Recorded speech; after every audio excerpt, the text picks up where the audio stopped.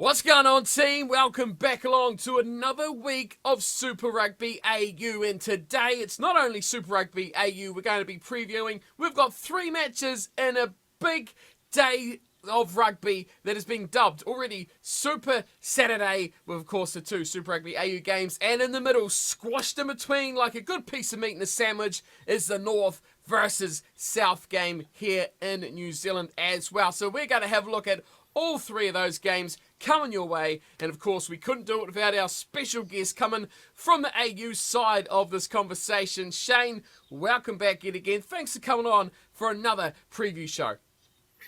Thanks very much, Steve. Great to be a part of tonight. 3 big games of rugby, and I turned 32 on Saturday as well, so I'm getting older. Now, there's a lot of things you could do on Saturday. You could Zoom party with Slurms Mackenzie like Futurama. You could read Eddie Jones's biography. It's great, riveting. I wish he was the Wallabies coach again. Or you can tune in to 3 great games of rugby. It's your choice. And we want to choose watching 3 great games of rugby because when we're at home, we know how to party.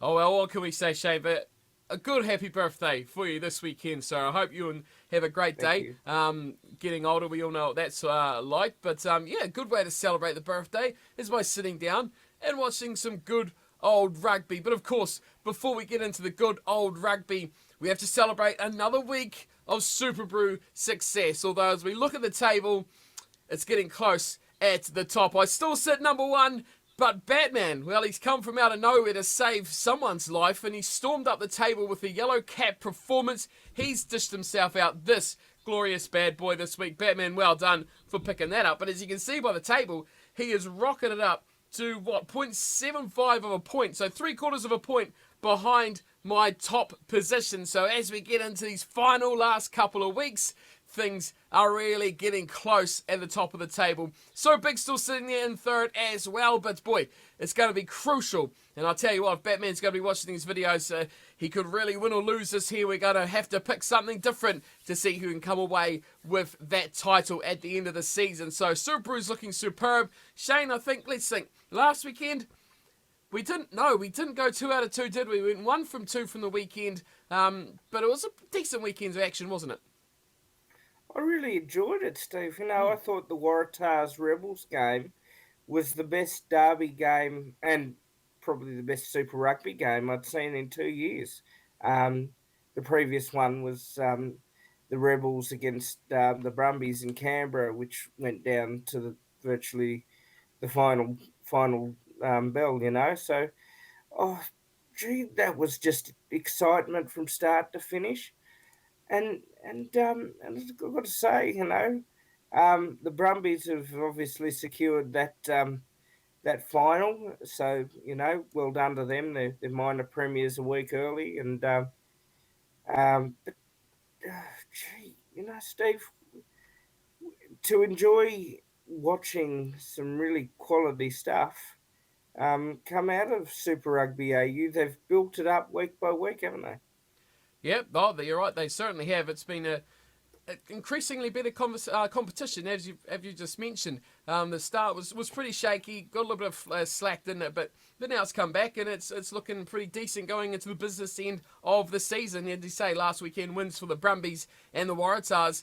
They ultimately kept their season alive. We talked about that in the preview last week as well. So this week we have, I'll talk about three big games, and we're going to be having a look at them right now. So sit back, relax, and enjoy what we've got coming up. Of course, thanks for joining us everyone here on my channel and of course on New Zealand Sports Radio. Do feel free to share this with everyone you know and who loves rugby. If we can get the word out about some great shows on the channels here, it would be awesome if you could share that round with everyone as well. So spread the good word of some great rugby and sporting content here on the channels as well. So Shane, let's get into it. Rebels versus Force. This is huge, isn't it? For the Rebels, this is do or die, season on the line. I look at this game and I say, the Rebels, they should be incredibly desperate. They should be so hungry that they should just absolutely blitz this game, shouldn't they? They should. But let's go back to the last round in 2015, Oh dear. and the Rebels played the Force, and the Rebels had one job: win, and they blew it. They blew it to the Western Force. So if there's anybody that knows how to beat this team, it's the Western Force. And they did it in the second or third last round in 2017 as well. That was a double-header night, if I remember correctly. And obviously, the tensions between these two sides, you don't have to get involved with rugby to know that these two sides don't like each other. It's pretty clear because of the split, and the Force were up for it last time. It went into extra time. The Rebels really need to stop this choke at the end of seasons and start finishing off games because it's happened for the last 5 years. Um, and let me go a step further here and say that if the Rebels can't win, then we have to have a discussion. Is it the playing list or is it the coach? And and Dave Wessels was talked up as even a potential Wallabies coach in late 2017, early 2018 for the future. Um, and he hasn't got that result with the playing list he's got. And Brett mentioned that last week when we were on air. So, we've just got to see because the Force they've really tried. They've got close in a couple of games. They've actually played some really good rugby at times, and no better way to finish off against your bitter rivals. Um, yeah, it's going to be a good game, Steve. And the 3 o'clock kickoff, traditional point of rugby, love it. Yeah, you're right about that. And at McDonald Jones Stadium. So another new stadium that we've not really seen the competition or in the limelight of Super Rugby either. So that's going to be good to see those sort of places, new places for rugby to come out. But yeah, you're right. It's the ultimate banana skin. This is. It's just. It was written in the stars, wasn't it? The Western Force. We always knew they were going to have some big impact in this game, or in this tournament, I should say. Whether it be upsetting a big favourite, or whether it's going to be doing something that really just throw someone's season into turmoil. They were going to have a pivotal part, and we're always going to look back on Super Rugby AU, whether it happens again or not, regardless. We're always going to look back, and the Force were always going to have some say to remember them by in this season. I think whether they win or lose this game, it's always going to be, we'll look back at 2020 in Super Rugby AU and say, remember that game, the Rebels against the Force, to decide who would make those playoffs. That is going to be one I think we're going to remember. Hopefully it is a good game to go with it as well.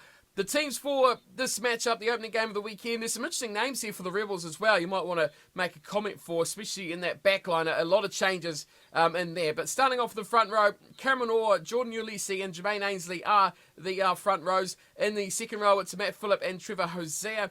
The back row is Michael Wells, Richard Hardwick, and Isanisa Rani.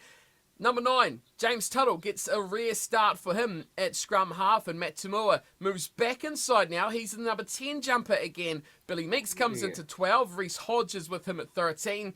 It is Korobetti, of course, on the left wing, but Tom Pincus on the right. Another new name, but of course, fullback's the one we're all going to be talking about, isn't it, Shane? Dane Haylet Petty. He's back, and he's back in his favourite role. Well, that's a relief because he's a Wallabies fullback, and he's, I think, the best fullback in Australia. So he's a welcome addition. I know I've been harping on with Billy Meeks, mate. This is your last chance. If I was the Melbourne Rebels coach, I'd be having that conversation with you. You haven't really performed up to standard, in my opinion. And you're a Wallaby too. You should, if you're a Wallaby on a team list, you should be performing constantly every week. Tamura 10. So obviously they're still deciding, where's he fit in this Melbourne Rebel structure. They should know that by now. He's a very experienced senior player. Stop fiddling around and make a decision there. Hodge obviously is a natural 13, so So there's an important cog there. Hopefully, but you really need that back line to fire up and score some tries. Um, and you really need to put that for and against, which is only very, very about a point in it between the Waratahs and the Rebels. You got to make sure that you're well above that +2 line at the end of the night. Yeah, they need that result by 4 points. That's the big margin. Yeah, I mean, there's still a pretty big possibility they could only win it by 2 or 3, isn't there? So it's not all done and dusted, win or lose for the Rebels. You've still got to perform and win by, by standards this year. 5 points or 4 points is a decent win. It's not a given that you're going to win by that sort of margin as well. I think they've got some good players off the bench. One man I've been impressed by this season, Brad Wilkin, is back to the bench this week. I think he adds a lot to the team. I'd have him starting for mine. I think he's a really impactful player, really good back rower who can disrupt and turn over the ball quite a bit. So he's been a more impressive guy. I think when he does come on later on, he's going to be one to look out for. Up against him, though, the Western Force. Oh, the Western Force, what can they do? It's exciting, isn't it? Because like you've already talked about, this is a team that could do the unthinkable. And their side, just about up there with the best that they could possibly put on the field as well. Looking through their team, in the front row again, Pete Cowan, Andrew Reddy and Kieran Longbottom. At the front, Jeremy Thrush and Ollie Atkins, who I think has been, for an older player as well, Atkins, but I think an unknown sort of guy has come along quite nicely here at the Force. Fergus Lee Warner, Bernard Stander and Henry Stowers almost got that back row back. Ferris is still out as well, so unfortunately for him, they don't get that full combination back, but still, I think Lee Warner's been quite a versatile, outstanding player in that second row and back row for the Force. Ian Pryor and John O'Lance back together again, 9 and 10. Henry Tifu and Kyle Godwin into that midfield. Marcel Braki's on the left wing. And Byron Ralston, the try-scoring extraordinaire, is on the right, back again. And Jack McGregor, another man I think is a good attacking threat in that Force mould of how they play in rapid rugby sort of styles. Exciting, try-scoring, maybe not 80-minute players, but still have the ability to put points on the board, and that creates pressure, doesn't it? Yeah, they sure can. And you know what? They can do this. They've proven they can pull off some upsets, and you know, they're I call them the blue collar side for a good reason, because just like the labourer on the doing the concrete pour, they keep tuning into that concrete until they get it in there, and I really, with the Force, they try and they give 100%. And with a grudge match like they play against the Rebels, if they can keep the cohesiveness of their team together, they can beat a team of individuals, which the Rebels can be at times. Now, there's a bloke called John O'Lance on that side. Very, very experienced 10. It's time to stop being so static like your radio, Jono, and direct those forwards and back line to get the forward movement, get the dynamic movement, and start getting those points and getting into opportunities where you can boot penalties. Nothing kills the Rebels like ill discipline. So if you play that sort of rugby and get stuck in, you can take it from there. So it's really in the Western Forces court, but it's also in the Rebels court as well. Win well, you play finals for once. Lose, and you'll keep that chokers tag that we have, that the rugby community has given you, and surely there will be an assessment on whether Dave Wessels is the right man forward, and perhaps half that playing list as well. Yeah, it's an interesting thing. You talked earlier about the recent closeness, or as recent as you can get with the Western Force. But the last 10 matches between these two sides, dating back, goodness me, years and years, back to 2011, was the earliest one in the last 10.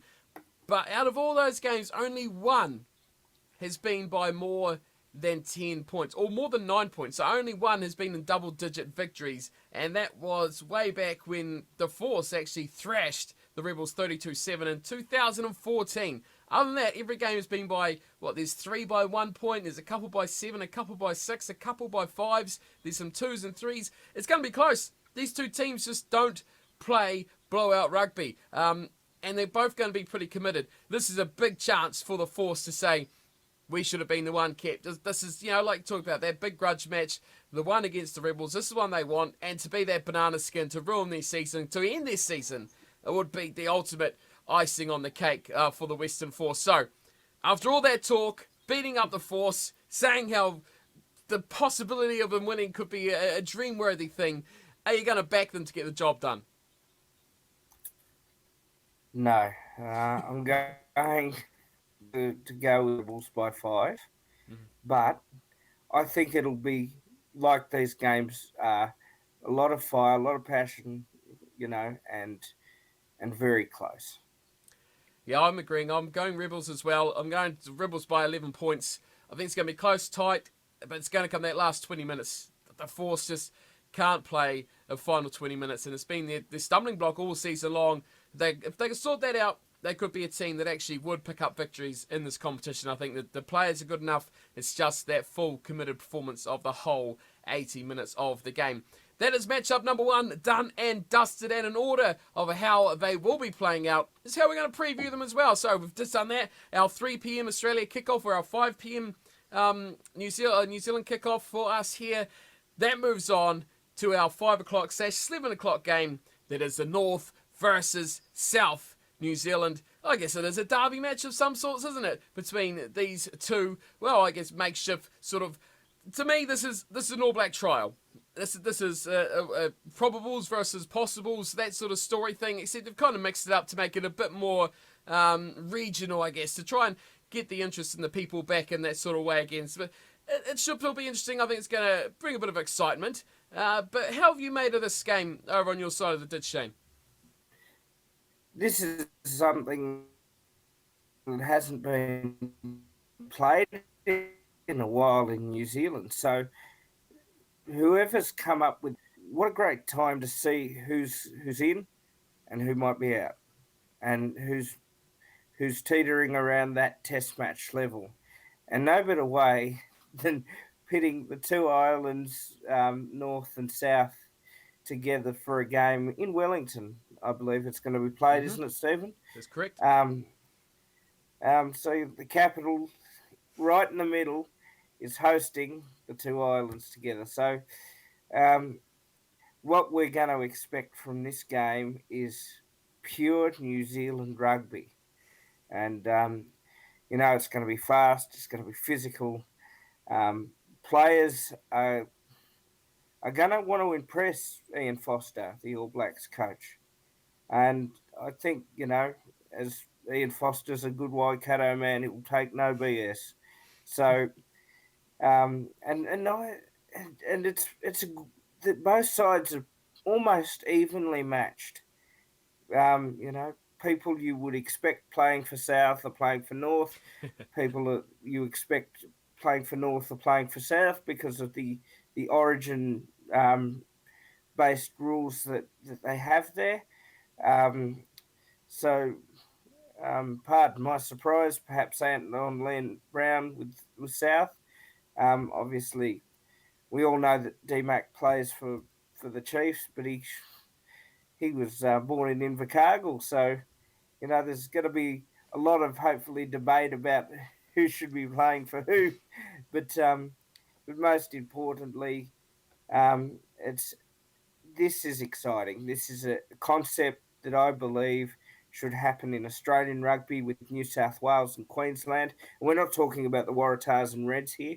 We're talking about an interstate game as well as you having your franchise of the Waratahs and Reds. So let's really enjoy this. And it's great to have a New Zealand game in the middle of two Aussie games.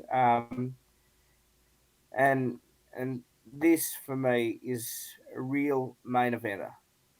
It is. It has a potential to be an absolute cracker of a matchup. And like you said, some things are a bit weird, but it does, of course, come down to whether they're given their first professional opportunity to play rugby. So when you look out there and you see Brad Weber running for the South, knowing he's a chief and he's been a chief forever from the Waikato, that's not where he played his original professional game firstly. So that's where it's all decided down by. But all in all, I think they're pretty well situated to where they are from. Like you say, you get the odd couple like Weber, like Mackenzie, who aren't from originally where they're from. But alas, that's how we're going with it. It's still going to make an interesting matchup. We'll go through the lineups here, and I'll get you pick out where you think this game could be won and lost, where the big matchups you're finding are here through these two sides. So starting with the North, and starting with the big boys in the front row, Karl Tuinafuaki is at loose head. Asafa Aumua is starting at hooker, which is great, interesting, but great. Ofa Tuangafasi on the tight end side. Patrick Tuiplotu, I think the man of Super Rugby Aotearoa. He's been the biggest improver. He's been an absolute standout.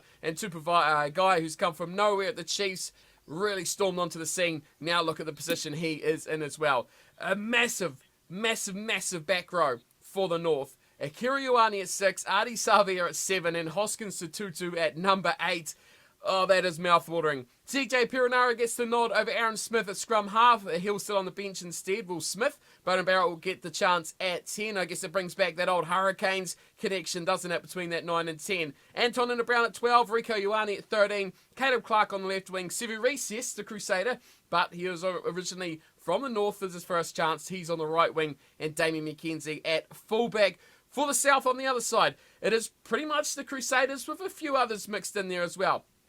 Joe Moody, Cody Taylor, and a chief, Nipo Laulala, in the front row. That's the tight head side for Nipo. Sam Whitelock and Mitchell Dunshea, again, Crusaders, second row partnership. We got a Highlander, Shannon Frizzell at 6, Tom Christie and Tom Sanders. The Crusaders take over again. Brad Weber, we get a chief in there, and he'll partner Richie Moanga, the Crusader. That's pretty obvious where all the born and bred, talent comes from in the South Island, isn't it? The midfield of Jack Goodhue, Brad Nenor, left wing, George Bridge, right wing, Will Jordan, and at fullback is Geordie Barrett.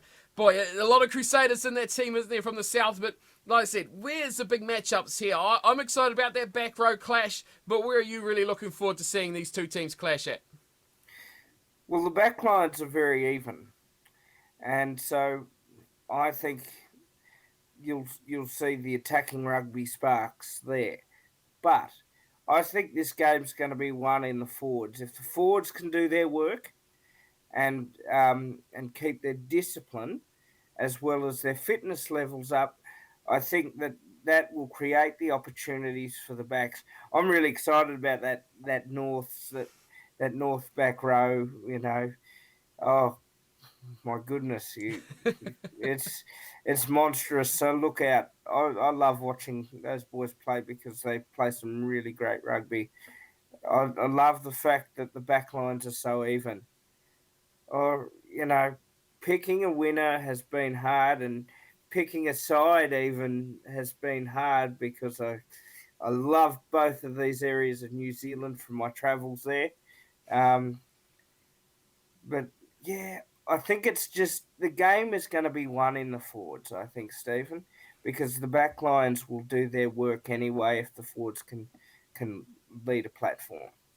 You know what I find really interesting about these two teams is that the Crusader-like part of the South team. So you've got a lot of hard-working forwards that do not the exciting, big, monstrous stuff like the North Island or the North forwards do. So you're looking at Aumua. He's a ball runner. He loves to get out. He loves to run. He loves to run people over. Tuiplotu, he's a bit of a 50-50. He's a hard worker. He's a grinder more than he used to be. I'll give him the nod that he will do the hard yards. But Ioane, Savia, Satutu, love to run people over. Love to get ball in hand. Love to do that sort of thing. You're up against Sam Whitelock, a worker. Dunshea, a worker. Christie, Sanders, workers. You got big players in there.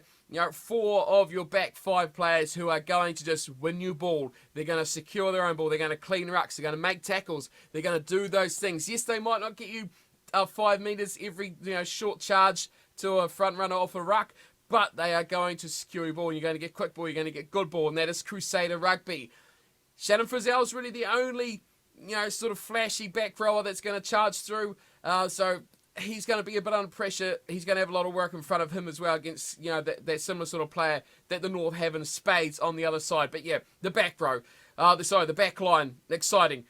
Big difference for me in these back rows will be continuity. You've got pretty much, bar Geordie Barrett, you've got a Crusaders backline that have played all season long. Yeah, Brad Weber, okay, he'll chuck it out to Richie Moanga, and then you just Crusaders all over the place. You just Crusaders everywhere, and Geordie Barrett doesn't play with rules. Geordie Barrett plays his own game. We've seen it at the Hurricanes. It's Geordie Barrett's game, and you just follow him. Crusaders players are smart enough to know when you've got an X-Factor guy like Geordie Barrett who will come in and take over roles, they'll just feed off him. I think the smarts in that backline and that continuity is going to be key against a team that obviously doesn't have that on their side. For this one-off sort of fixture like that, things like this can be really, really crucially a big, big difference maker. So that's a couple of little aspects I'm looking at. The pack battle, like the scrums, the set piece, take your pick. I don't think anyone's going to really dominate one over the other. It's two very, very good packs. Two very, very good line-out exponent players in there. The throwers, Almua, big show. Can he step up to the plate? This is, one of his biggest matches, I'd say, of his little young career so far. So, yeah, big pressure on this game. Well, I think it could be really close, really tight, really exciting. And I hope they play with that kind of outgoing, flamboyant sort of style that we kind of seen with the Hurricanes Highlanders game, that last match of Super Rugby Aotearoa. That exciting sort of rugby. This is the game that I think players can thrive. Hopefully it's good weather, and hopefully it should be, exciting and fun and fast-paced rugby for us to tune into as well in between those AU games. But it's hard to pick, Shane. It's really tough to pick. I thought about it before, and I'm kind of still torn, but you're set. Your mind is made up. What side? Are you sliding down south with us here, or are you going up to the big shots, hot shots up north? Look, I love New Zealand. My decision's going to split one camp or the other. I think it's that green grass of Southland that I loved when I was down there, and I'm going for the South by penalty goal. I think it's going to be really, really a great night and a celebration of rugby. Now, as I understand it, I don't think crowds are permitted for this game, Steve. Yeah, that's right. So it's going to be in front of an empty shed, but it's still going to be the players that I have no doubt. The 46 players that are selected, the 23 on either side, are going to entertain you. I can assure you, I know that it's going to be a game where, unfortunately, due to the circumstances, and understandably so, the crowds can't come. But I can assure you, as a rugby fan, and I know that rugby fans are out there all over the world that are going to be watching this, and credit to the team at Fox Sports and KO. They are going to show this game for us in Australia as well. Those players are going to do what they do best, and that is entertain you. And picking a winner here has never been so hard. I love New Zealand, and I love the North Island. I love the South. I've visited both, and the people there are magnificent. But it is the green grass of Southland that has seen me pick the South by a penalty goal in this game. So let's go out there, get amongst your television screens, and tune in to what I believe will be the game of our Super Saturday.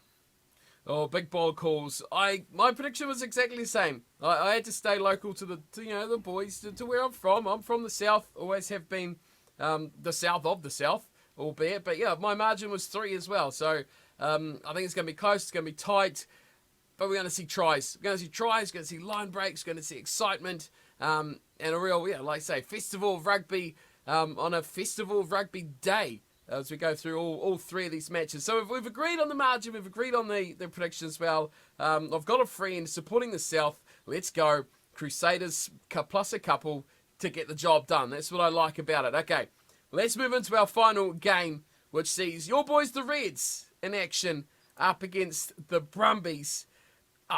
What's on this game? Shane, there's nothing here. Do you see these two teams like kind of putting out not B teams, but kind of just going out for the sake of going out, knowing that especially the Reds, they've got to contain because they've got to play next week, regardless of what happens here this weekend. They've got to play next week in that playoff game versus will be at the Waratahs or the Rebels. They can't afford key players to get injured. There's nothing here for them to gain. And for the Brumbies, effectively, they got that week off as well. So not much on. Do you expect these teams are going to rotate, give some guys a chance, just look to make their way through unscathed, regardless of result, just make it to next week with no one in the hospital, effectively? Yeah, what a good time to test out the depth. Now, I haven't seen the lineups in full yet, but I've got to say it's never been probably a better time to test out the depth. Or if you are the coach of either side, you can say, well, let's go out and give a preview of what you might expect in a couple of weeks' time. So you can also look at it that way as well. Six at one, half a dozen at the other. So either way, there'll be still plenty of quality players on both sides to watch. And I have noticed reading today that Bailey Kunzel, the number 10 for the Brumbies, has signed a new contract. So well done to him. He's proven himself over the Super Rugby AU season to have impressed his coaching staff to give him another chance for I think another couple of years. Um, so we're seeing a lot of new generation players come in, and we've seen a lot of the senior players start to lead the way as well. So yeah, look, these games are always interesting because the last few years when the Brumbies have come to Suncorp, the Reds have got the job done. When the Reds go to Canberra, well, it's a different story altogether. So it's been 1-1 over the last few years with these two. So I'm expecting a decent game out of this. It's interesting you talked about that at the start there. I, writing a preview to this before I seen the teams announced, I thought surely, key guys like the Reds, James O'Connor will get rest. Guys that have played all season, been key parts. They need them for that knockout game. Well, if what you said is dead right, they're going to go out and they're going to give a preview for what could possibly be the final because both teams have named pretty much the best team they can name. So they're going out to make a statement. And it seems like neither side really wants to lose this matchup. So here is the teams for you, Shane. We'll get you up to date with the starting 15s and even a couple of extras here that I know you'll be interested in as well, especially for the Reds team. Starting off with them, of course, in the front row, Harry Hoopert starts the loose head, bringing to Brendan. Painga Mosa at hooker and Taliana Tupou, yep, he's still there as well. Angus Blythe, Lukan Salakai Loto in the second row. Liam Wright, Fraser McWright, Harry Wilson. No resting going on in that pack at all, is there? None at all. Tate McDermott, James O'Connor. That's your A game. That's your A team doing the job. Hamish Stewart and John Petaia into that midfield now. We're seeing him go back to what is traditionally his favoured position. But there's a good reason why. Filippo Delganu's still on the left wing, but Chris Fiawi-Sortia is back from injury, so he slots onto that wing, and Jock Campbell is at fullback. So, yeah, a few guys returning there. Fiawi-Sortia is one, but I know one you'll be moving more interested in, Shane, is Hunter Paisami back on the bench, ready to go yet again for the Reds. That's big news having those guys back, isn't it? Oh, exciting to hear that Hunter's back on that bench. I've really enjoyed watching him play. I cannot wait in seasons to come if Jordan Petaia is fit and Hunter is ready to go. Just what damage that could do to other sides. Those two boys, I love watching them play. And it's really great to see O'Connor step up in that 10 role, and Tate McDermott become a live wire, and Hamish Stewart. He probably wasn't quite a 10 or a 15, but he's actually played pretty well in that 12 role. A solid 12, not to the level of a Timmy Horan or anything like that, but he's found a useful position where he can work into that game, and mate, as a Reds fan, I'm proud of him. That's the bias over. Um, but it'll be interesting to see what the Brumbies are going to put up, because we all know, as we found out last time, only a few weeks back, you kind of have to play 82 or 83 minutes to beat the Brumbies, not 80. Um, and the same applies, obviously, to the Crusaders in New Zealand. So um, the Reds might have to get ready to play 3 or 4 minutes either side of the halves. Yep. I like what you said. Hamish Stewart, I think, has really grown into a role that he doesn't have the full pressure of the team on his shoulders. He can play a sort of a freedom role. If he needs to kick, he can kick. If he needs to run, he can run. He doesn't have that weight. The weight's on O'Connor, who's matured eventually. He finally did it, but he has done it, and he's become a solid little player who can take the pressure of the game and allow players like Stewart, I think, to have a bit more freedom to play their own game as well. You talked about the Brumbies. You're interested to see what the team they've named? Let's go through it. Okay, Scott Sego, Falau Fainga, Alan Alatoa. No resting that front row either. Darcy Swain and Caden Neville in the second row. Rob Valentini, Will Miller, and Pete Samu, the back row. So again, a very strong pack. There's no punches being pulled here at all. Into the back line, Nick White starts at scrum half, and Bailey Kunzel's there, like you talked about. He starts at 10 yet again. All right, Simone starts at 12. Tavita Kurandrani comes back in. So the Solomon Kata idea or trial is cut. Kurandrani comes back. Tom Wright's on the left wing. Andy Muirhead on the right. Tom Banks at fullback. It's a Brumbies. It's full strength. They're not letting this one go, are they? They want another W. Yeah, and that takes them into good stead for the final. And this is, and I haven't obviously seen the bench, but I dare say probably Joe Powell will be the reserve scrum half. No, Lonergan is. Lonergan is. Well, there we go. I was hoping it would have been. From an unbiased point of view, Powell and White, the two Wallabies in tandem, because you get about 55, 60 minutes of Nick White, and then you get, say, 20 to 25 minutes of Joe Powell with his explosive running out of scrum half and running the footy, and the passing game's pretty similar between the two. So the Brumbies have clearly put aside that they want to steamroll through the Reds. The Reds have obviously put in a side that want to grind out a result for the 80 minutes, which we'll find out will be 83 or 84, knowing the Brumbies, and sometimes the Reds discipline. Discipline against the Brumbies is key to beating the Brumbies. If you don't, look out. Because,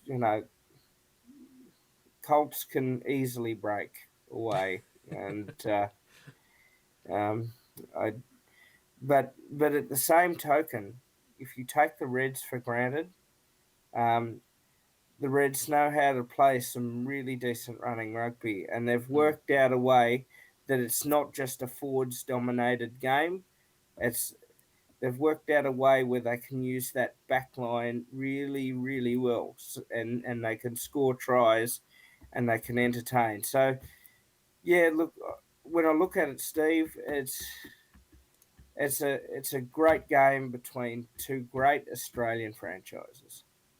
Yeah, it promises a lot, doesn't it? I'll just look at the last couple of results between these two sides. Both games this year have been decided. They played in January, so pre-AU Super Rugby. They played, and it was a 27-24 win to the Brumbies, but only 3 points in it. So that's how close these sides have been. Of course, a 2-point difference last month at the start of August between them. The Brumbies obviously winning in the last minute, or no, the last extra couple of minutes, as Shane has already alluded to, with playing those extra few minutes of the game. But yeah, no one's holding any bars here. They're just going full out, full on, best team possible, full risk, looking for that full reward.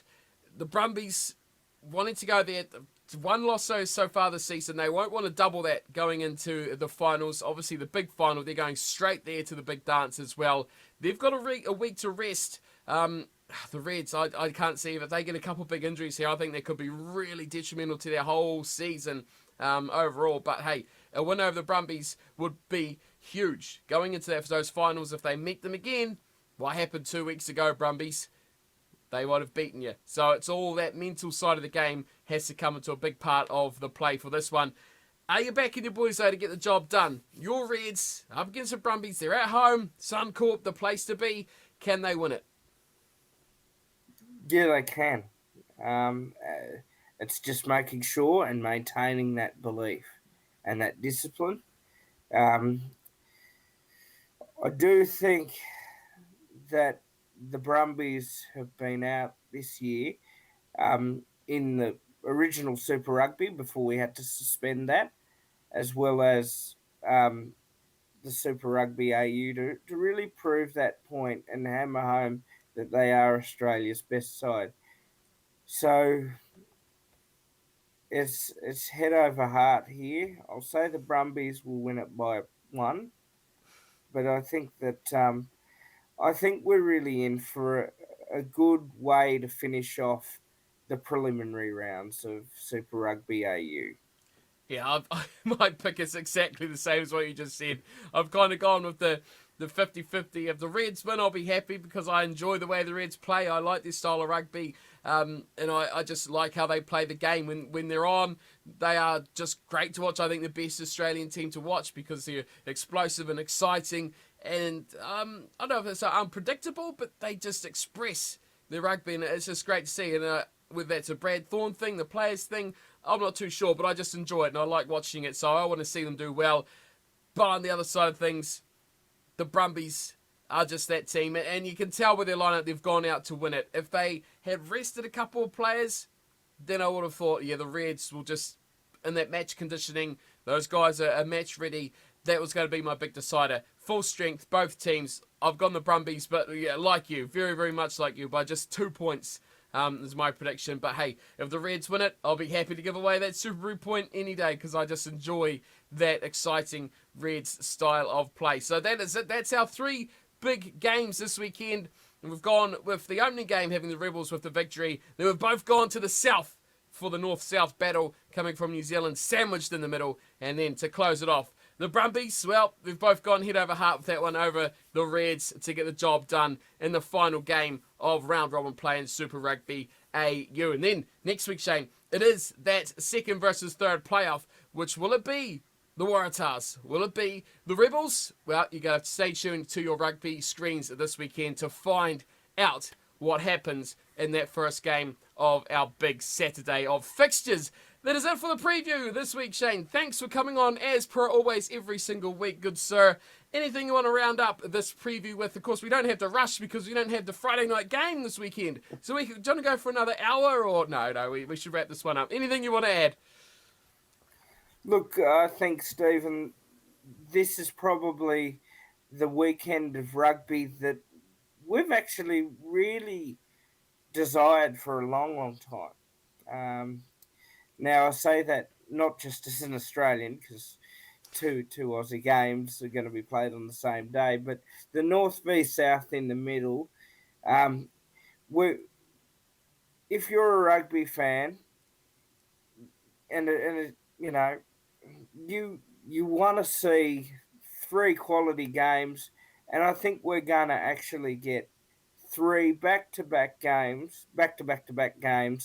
that are just going to entertain you and make you think that this is just the greatest sport in the world.